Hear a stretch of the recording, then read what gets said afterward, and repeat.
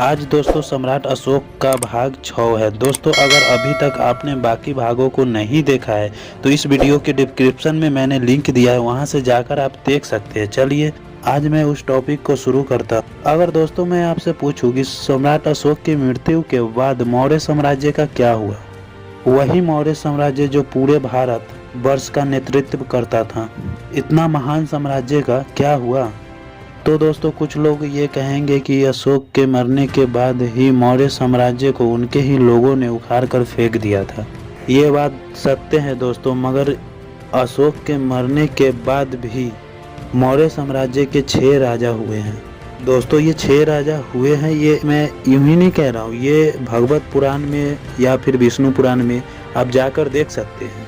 वहाँ भी सम्राट अशोक का जिक्र है और मौर्य साम्राज्य के टोटल 9 राजा का जिक्र है, जो ये साबित करता है कि अशोक के मरने के बाद मौर्य साम्राज्य को उनके लोगों ने तुरंत उखाड़ कर नहीं फेंका था, बल्कि मौर्य साम्राज्य का तुरंत ही पतन नहीं हुआ था, धीरे धीरे करके उनका पतन हो गया था। और दोस्तों आप लोग भी जानते हैं कि विष्णु पुराण का और भगवत पुराण का लिखा गया शब्द कभी गलत नहीं हो सकता। दोस्तों ये कहना गलत होगा कि सम्राट अशोक के मरने के तुरंत पश्चात उनके ही लोगों ने उनका साम्राज्य उखाड़ कर फेंक दिया था।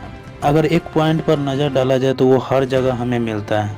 हमने हर जगह देखा अशोक के पौत्र दशरथ का जिक्र, जो आजीविकों को रहने और नागा अर्जुन गुफा प्रदान करता है। तो दोस्तों इससे साबित होता है कि सम्राट अशोक के मरने के बाद भी मौर्य वंश का कई राजा हुए। ये बात अलग है कि वो लोग टिक नहीं पाए और मौर्य साम्राज्य का बहुत जल्द पतन हो गया।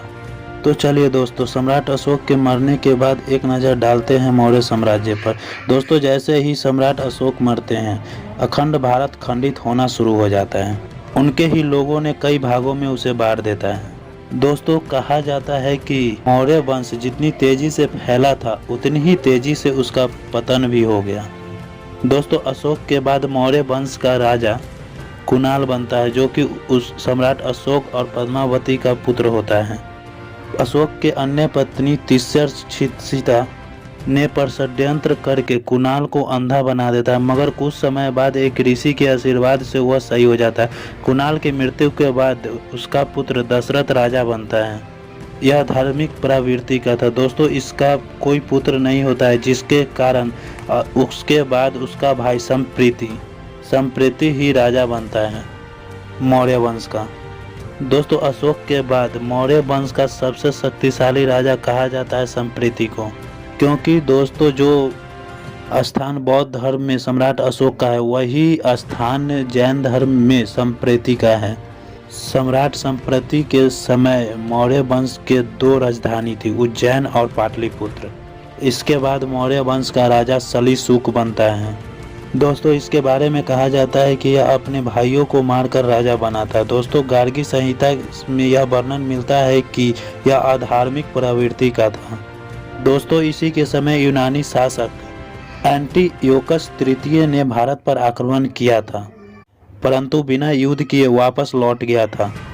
इसके बाद मौर्य वंश का अगला राजा शतधन्व नामक व्यक्ति बनता है, जिसका दूसरा नाम देववर्मा भी था।